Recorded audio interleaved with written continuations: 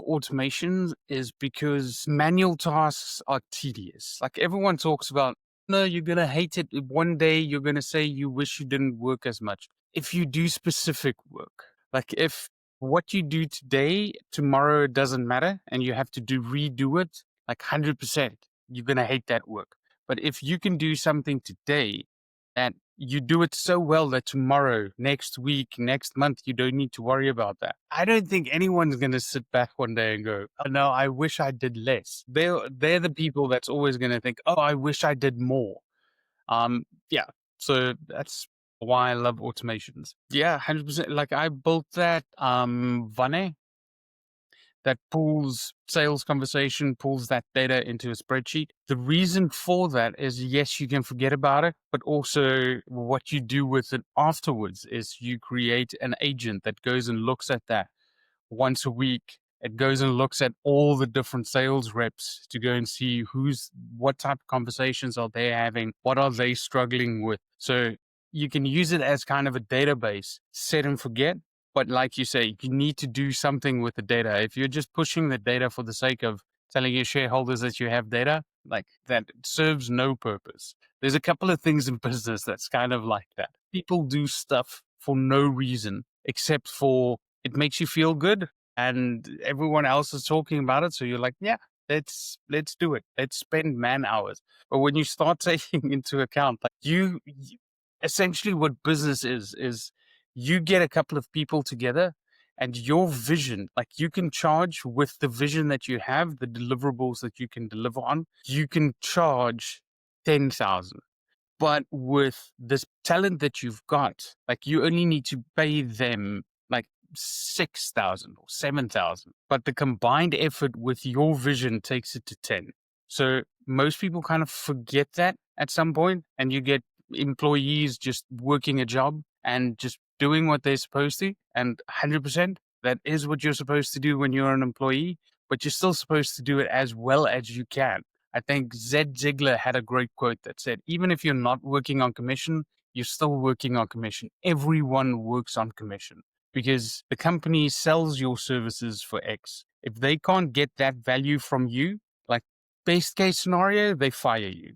Worst case scenario, the company goes out of business because they're spending more than they're getting in. Easy math. Also, yeah, I have a unique kind of view on that.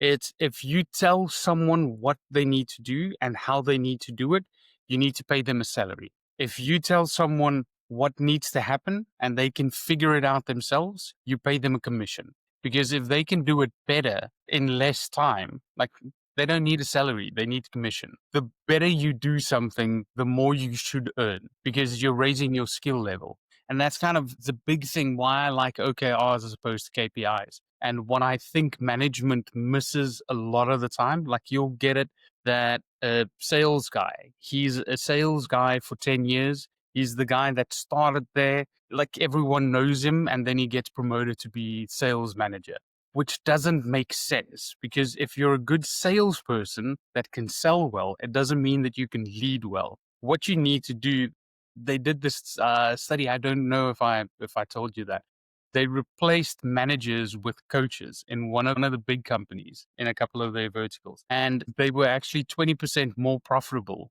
when they installed coaches instead of managers. Because managers say, I do marketing. Like I have a way of doing my research, a way of putting my stuff together. If I then become manager, I'm going to show you how I do it. And I'm going to expect you to do that better than I do, or at very least on the same efficiency level. Whereas if I'm a coach, I just want you to do the best with marketing that you possibly can.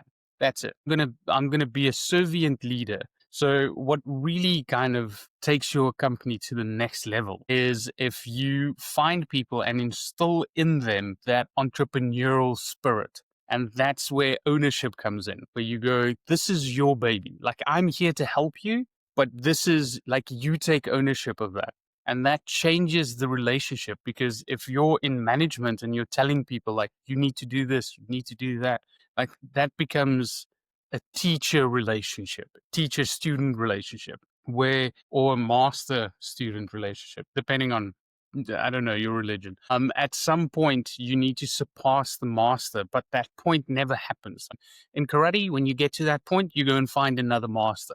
Whereas in a company, if that happens, if you're a better salesperson than your manager, it's not the same thing. Like you can be the best salesperson in the world, but not be a great manager because you need to lead people and you need to kind of step back and go, I wouldn't have done it like this, but I see where you're heading. Like, let's see how your solution can be the best version. And most people miss that with leadership. And I think that's kind of how you unlock that. You don't want to press people too much. I know one of the biggest reasons why A players leave companies is because the workload is insane. Like you have in an agency, you'll have one marketer or one account manager that's in charge of 8, 9, 10 accounts, which is ridiculous. Like you can't, you, especially if you value what you do, like you can't deliver on that level for each one of those clients. So then you move on. But if you go, listen, we have 2 or 3 big clients. They're small now, but they're growing into something.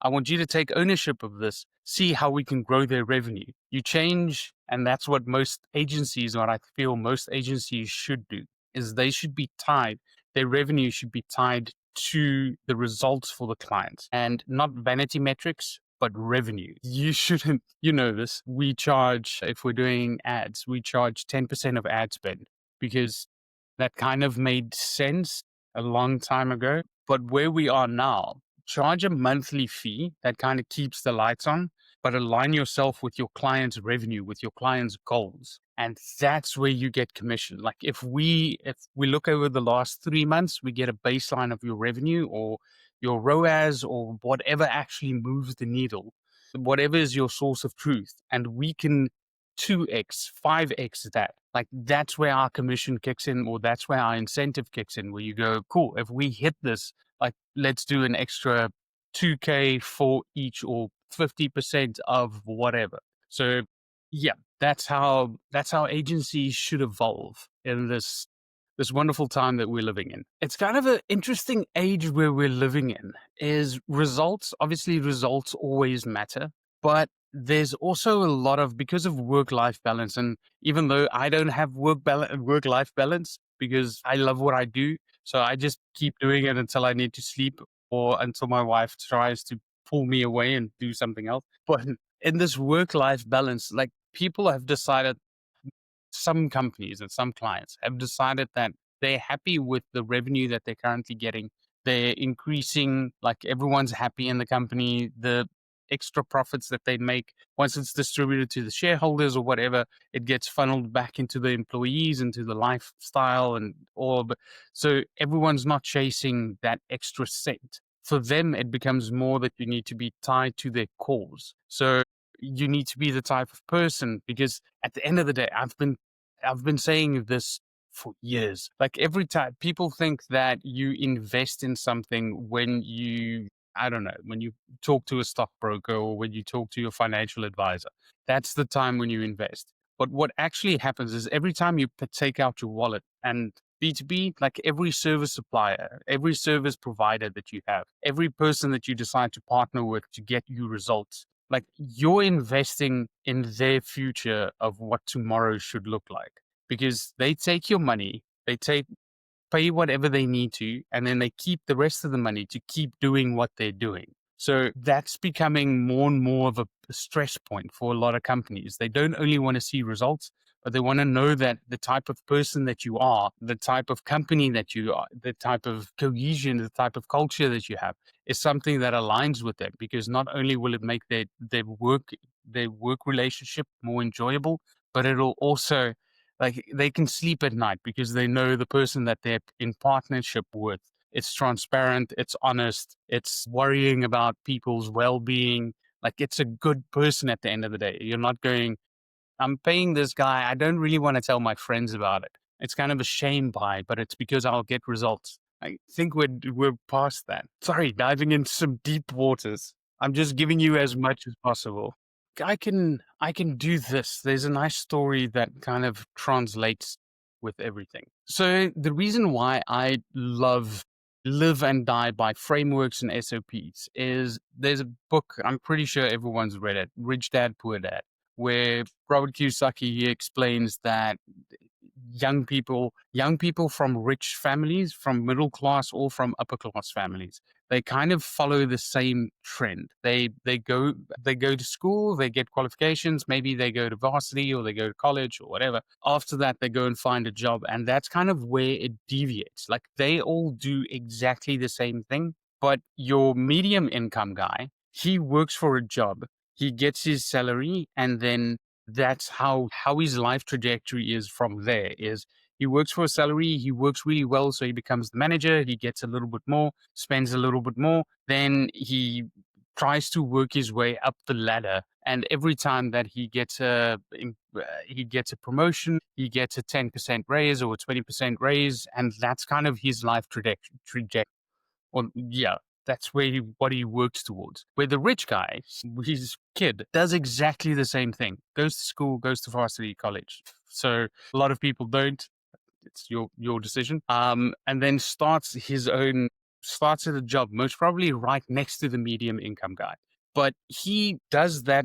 Sorry, he does that job, and he thinks about what is the procedures, what is the SOPs, what is the frameworks, because he'll go and work at a diamond store selling jewelry, but he'll look at how is the store run, like how do they do their profit and loss sheets, when do they get inventory. So they're both doing the same job, but the guy that's looking at the frameworks and the SOPs and everything else, he does that for 2-3 years, and then he opens up his own store because he knows what needs to happen, where the other guy just knows how to move things from one side to the next. And that's kind of that's kind of the big thing how we started this company as well. Like we built it from the beginning so that it can scale and become an 8-figure business, because it's SOPs, it's training docs, it's making sure that if you do something repeatedly, like you have a framework for it. As you're improving that framework, so that when the next guy comes along, like he can stand on your shoulders instead of trying to do everything himself and learn by himself. Yes, we did. Well, we can always fit it in as well. So the good thing about me always looking the same, we've covered most of this. Yeah, and how we've put our systems together to scale. Yeah, 100%. I just need to give you an intro, but I'll do that after this, because I have a quite a good idea of how you should be prioritizing, and obviously blending it into a little bit of storytelling. Yeah, I figured with the script, I know what's happening. With the script, I'm trying to get the words right, and I'm focusing on delivering it right and getting emphasis on the right word and all of that. And that's why it comes across as not really just conversational. Yeah, I think if we can get to a part where we know what needs to happen in there, but we have keywords like intro, then we talk about this concept, then that concept. I think that's gonna be our sweet spot. Thanks, bud. I'm just thinking in terms of scaling. I don't really have something particular for scaling. I think the biggest thing for that would be prioritizing, because I don't think people prioritize correctly. They have like 10 priorities, and you can't have 10 priorities. Like it's not baked into the word. If you look at what priority means, it comes from Latin meaning one. Yep. Yes. Well, that's what I wanted to say. So you need to be very clear on what you need to do. And then, having read Tiny Habits with BJ Fogg, kind of walking you through, if you want to do something, like how you actually get started. Because most people think it's motivation, but it's actually doing something and anchoring that. Like you have different ways of starting to do it. So if you're just focused on doing one thing, you know that one thing is the thing that's going to move the needle the most, and you just get it done. Once it's done, you move on to the next thing that you know is going to 2x or has the potential to fix your business. Like if you do that long enough, like you'll have a business. Also, so hi, my name is Jock. Hi, my name is Jock. We help agencies scale from 7 figures to 8 figures using AI. Thanks so much, bud. So what's the lie? Cool. Cool. Let's see how it's out. Hi, my name is Jock. I empower 7-figure agencies, helping them get to 8 figures using all things AI. Good. Awesome. Should I run through that process again of how you should be prioritizing and all of that and how we got started? Or was it fine? Was it usable? I've been running my agency for 14 years now, a little bit more. And how I got started running an agency is I was a rep. I was working for Monster Energy, which was great. I was a DJ at night and then repping during the day, which was, it feels like a lifetime ago, club DJing and fun stuff. And I was at the company that I was, because obviously you don't work in confined quarters. Like I've always colored outside the box. And in the company, like you get to a certain age where you're like, oh, okay, I want to start climbing the ladder. I want to start progressing. And I looked inside the company and I kind of looked at the GM. And then I thought, at first I looked at my boss. I'm like, do I want to be him in like the next 5 years? And I went, no, this doesn't work. So I looked at the GM. I'm like, do I want to be that guy? And I looked at all the problems that they need to solve and what their day to day life is. And I thought, no, that's not really where I want to be. And eventually even looked at the CEO and I was like, this isn't like, none of these positions is something that I can go, I want to do that. I want to be that guy in the next 5 years or in the next 10 years. And that's what you're committing to. If like, if you're in a business, like that's what you need to commit to because you're going to climb the ladder, right? So that made me think like, no, we need to change this because I don't particularly like that track for myself. And that's when I'm going to give away my age, but I discovered like Russell Brunson when he was just talking about funnels. He just launched ClickFunnels. Like I was integrating Zapier with like, I don't know if you would know this, but my MailChimp at some point, they just did emails. They gave like it was free. You could use it. So I started stitching that together and working. And after I got home, before I went to DJing, when I came back from club DJ, because I was a resident, like it's club DJs, you rock up at like 7, 8 o'clock and you leave at 5, 6. So hectic hours. Between that, I started with marketing and I started with integrating. That's why I love pressing the buttons, which I'm really fortunate about now because I love integrations and how everything comes together. Integrations is 100% the thing that you need now because of AI, because it's all just integrating AI so that you can deliver it on a specific mechanism. So whether it's a chatbot or SMS, like database reactivation or speed to lead, like it's all integrating because it's different platforms chatting with one another. So that's how we got here. And that's why we're really looking forward to the evolution of AI. Sorry, there's a bunch of useless information for you. Why have you verified your account? Yeah. Sorry, the reason why I asked the verification thing is usually if you haven't verified your telephone number, it limits you to 15 minutes. Yeah. So if you verified your phone, you should be fine with it now. Yeah. 40 minutes, like my podcast episodes. Yeah. And that's with no views. Yeah, as long as the message is helpful. If you can create something that someone would share with someone else, like that's the thing, because YouTube, once again, they want happy people on their platform for longer. Like if you can tell them like this video is an asset to you, people share it, they watch it again. That's where you want to be. And I think that's how most companies kind of tire themselves out, is they see video production as a massive, like we have to get it video production. We need to get an editor. We need to get everything good instead of focusing on, sorry, let me finish that thought. They want to get everything perfect. So they get a videographer, they get expensive camera equipment, and then they kind of get deflated because if you're putting that much effort in and you're getting 2 views, 5 views, 2 views, like there's most CEOs will look at the P&L sheet and go, cool, this isn't bringing anything in, let's scrape it.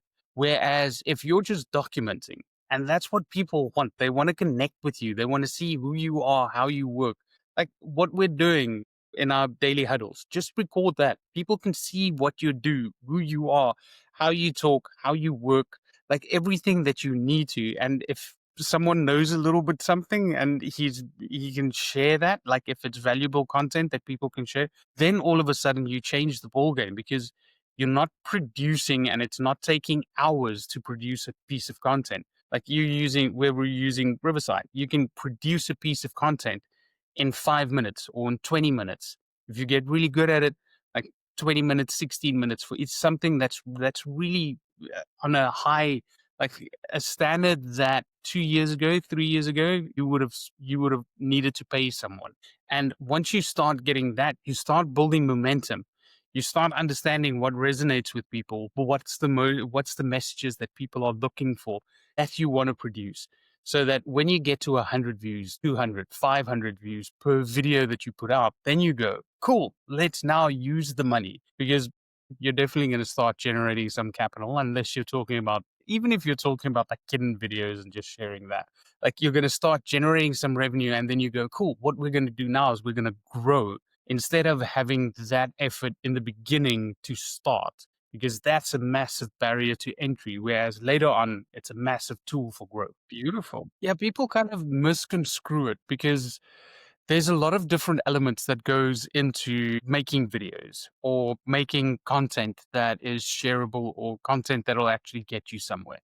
And if you look at the different elements, like you have lighting, you have audio, you have editing, you have post editing, you have the studio where you're at, like you have a lot of elements. But the biggest thing is your messaging.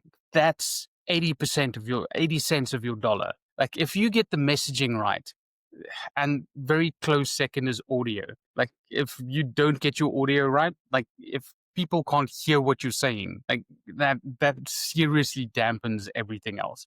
But your messaging and your audio, if you get that right, that's 80%, 80 cents of your dollar. Let's make it 85 cents of your dollar. The rest of the stuff, making sure the hook really hits, or making sure that the edit, like there's popping sounds and your captions do something interesting. Like if you nail all of that, it's going to get you 15% uplift. So even like that's the thing that most people focus on, and they're like, no, I want to get this 15%, 100% correct. You know, like if you look at the biggest lever, like get your messaging right, make sure your audio is not bad, and just get going. Like you can improve the other stuff, because that's going to increase 100%. Like if you can improve by 10%, if you're getting thousands of views, that's massive. You can improve by 10% if you're getting 8 views, 2 views. Like it doesn't matter. It doesn't move the needle. You first need to find your voice, then you need to find your audience. And once you've found that, like that's the secret sauce that's going to explode your brand and explode your channel, explode your influence. Once you get that, then you go, cool, now let's reinvest and let's look at the other 15%, because now we can iterate. We kind of know what works. People know us.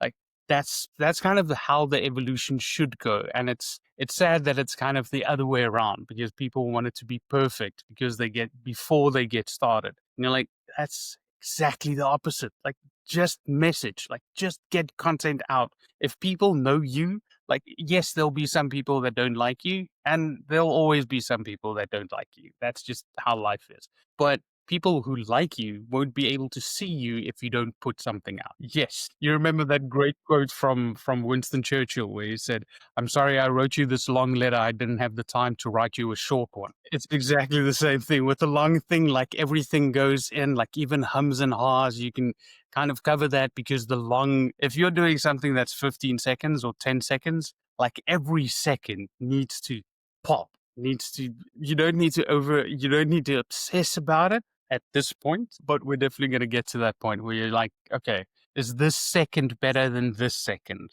Because if it is, this second should go in. Yep, I hear you. Awesome, man. Yeah, I love it. I'll let you know how things progress on LinkedIn side as well.